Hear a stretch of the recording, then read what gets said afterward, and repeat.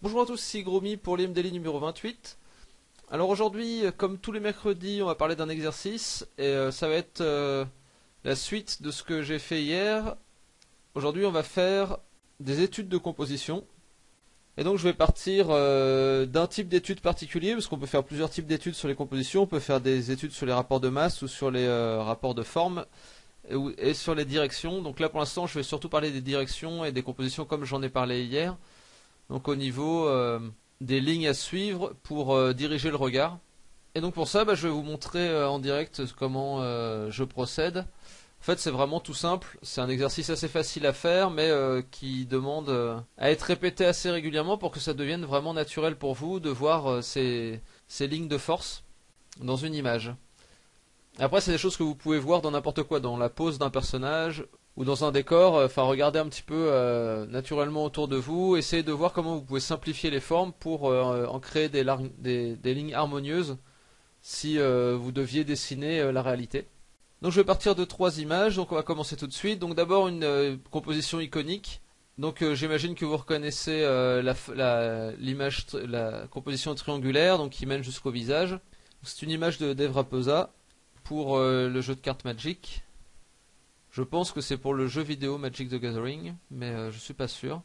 Donc l'idée c'est de rendre un peu plus discret l'image en elle-même et de construire les lignes par-dessus. Donc après, une fois que vous l'avez en un peu plus discret en plus, ça vous permet de mieux voir les lignes, de vous voyez plus ce qui ressort. Si vous avez un peu de mal à les voir, vous pouvez même dézoomer et comme ça vous voyez le plus ce qui ressort. Donc là on voit très bien que c'est une sorte de triangle qui fait comme ça et comme ça, qui est particulièrement prégnant. Et il y a cette ligne là, une ligne courbe qui part du bas et qui remonte comme ça jusqu'à la tête, avec la tête ici. Vous voyez que là il y a le bras qui suit aussi. Et après si on rezoome, on voit qu'on a suivi à peu près les lignes les plus importantes de l'image. Et en fait là il y a tout un enchevêtrement de petites ficelles là qui sont c'est une sorte de fouet dont dispose ce personnage. Et Dave Raposa s'en est servi pour créer un petit peu de dynamisme et ramener l'œil vers le centre du perso. Là, tout ramène vers ce bras et le bras ramène vers la tête. Donc c'est assez intéressant au niveau de la circulation du regard. Et vous voyez qu'il a même utilisé le bas de la colline pour que ça se poursuive par la jambe. Là, avec l'angle du pied. Et faire suivre de façon fluide toute la direction du personnage vers la tête. Donc vous voyez, ça c'est un truc vraiment tout simple, hein. C'est un exercice que vous pouvez faire en 5 minutes. Prenez quelques images que vous avez, j'espère que vous récoltez régulièrement des images d'artistes, et vous pouvez faire ça assez rapidement. L'important c'est de le faire consciemment. L'important c'est d'essayer de comprendre pourquoi ça fonctionne. Donc là, si c'était pas rattaché à ce bras, et que c'était pas prolongé jusqu'à la tête, ça fonctionnerait moins bien. Donc là c'est pareil, s'il n'y avait pas cette petite courbe de colline là, ça fonctionnerait moins bien. C'est des tas de petites astuces comme ça que vous pouvez emmagasiner pour vos boulots futurs. Donc ensuite, deuxième image, je vais prendre une image de Feng Zhu. Donc là c'est un truc un petit peu différent parce que cette image n'avait pas le même but. Là c'est une image de production qui servira après pour faire un décor ou faire un shot dans un film. Du coup la composition est un petit peu moins importante dans ce genre d'image, mais ça reste quand même assez important pour ne serait-ce que pour que votre commanditaire trouve l'image intéressante. Donc là c'est une image en spirale, l'œil part par ici, il est ramené par le bas, et après il est ramené par cette courbe-ci, et par les sortes de descente de plateforme là. Et après ça part par là. Donc vous voyez que là ça fait une sorte de colimaçon, d'escargot. Vous voyez que ça tourne jusqu'à arriver au point le plus lumineux qui est ici. Et ça permet de faire vraiment circuler le regard dans toute l'image. C'est un type de composition qui est assez souvent utilisé également. C'est toutes les circulations circulaires comme ça qui se resserrent vers le point central. Donc ça c'est un type de composition qu'on retrouve assez régulièrement, qui est intéressant aussi à observer. Et on va voir ça aussi avec la dernière image, qui est une image de Velinov. Donc vous voyez là l'artiste Velinov, c'est pareil encore, c'est encore pour Magic. C'est très bien servi de la fenêtre qu'il y a en premier plan pour créer et poursuivre des courbes qui vont faire circuler le regard. Donc en fait là il y a toute une courbe qui est créée par ces morceaux de verre, qui est suivie un petit peu ici, qui est surtout ramenée ici.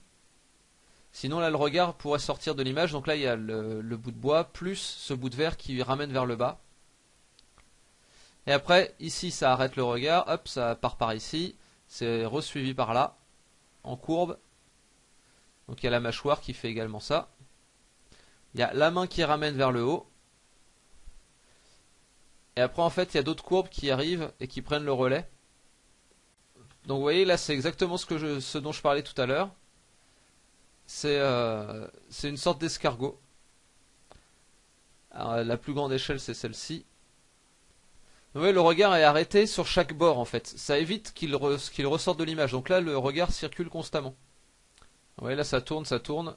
Vraiment tout le long de l'œil. Et en fait ça tourne vraiment de l'extérieur. Après vers l'intérieur. Donc vous voyez que ça crée également des choses en termes de design, d'essayer de réfléchir à la composition. Parce que ce personnage-là,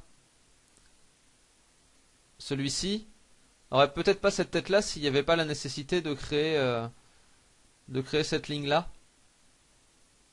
Et c'est pareil, cette corne aurait peut-être pas cette forme-là si les cornes n'auraient peut-être pas cette forme-là si il n'y en avait pas des besoins pour la lecture de l'image. Donc des fois, il va falloir essayer de jouer avec le design. Enfin, s'accommoder du design pour essayer de le faire rentrer dans une composition, mais on peut également faire l'inverse. Essayer de trouver une composition, essayer de trouver des designs qui vont pouvoir s'adapter à la composition. Donc soit c'est la composition qui s'adapte, soit c'est le design de lui-même qui s'adapte. Ça peut marcher dans les deux sens. À partir du moment où il n'y a pas besoin de faire rentrer un personnage avec un design précis dans l'image, on peut s'amuser comme ça avec les personnages et essayer de trouver quelque chose qui va permettre d'avoir une image plus forte et plus intéressante. Donc là, à partir du moment où le regard circule bien, l'image est assez intéressante puisque ça veut dire que rien ne sera oublié par le spectateur et que l'œil ne sortira pas de l'image et n'ira pas se perdre ailleurs. Donc voilà, donc c'est des études, ça vous prendra vraiment pas très longtemps. Et je vous conseille donc de faire ça. Et ce que vous pouvez faire après en deuxième étape, c'est de garder uniquement les flèches et d'essayer d'inventer quelque chose qui pourrait fonctionner dans une composition comme celle-ci. Donc après vous pouvez simplifier un petit peu parce que là j'ai fait beaucoup de flèches. Mais donc après vous simplifiez d'une autre couleur. Et donc vous vous dites, il va me falloir une composition où globalement ça va faire ça. Donc vous gardez juste cet élément là. Vous le mettez en fond. Et après vous commencez à essayer de trouver des éléments avec, je sais pas, un bras ici d'un personnage qui est comme ça. Hop, il va tenir une épée. L'épée va partir comme ça.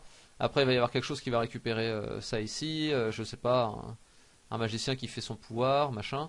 Enfin voilà, essayez de trouver une composition qui va s'adapter. Enfin, une histoire qui va s'adapter à cette composition de base que vous avez trouvée via l'étude d'une autre image. Donc voilà, j'espère que cette vidéo vous aura plu et que ça vous donnera des idées pour le challenge de la semaine. Je vais vous dire à demain et d'ici là, dessinez bien, salut!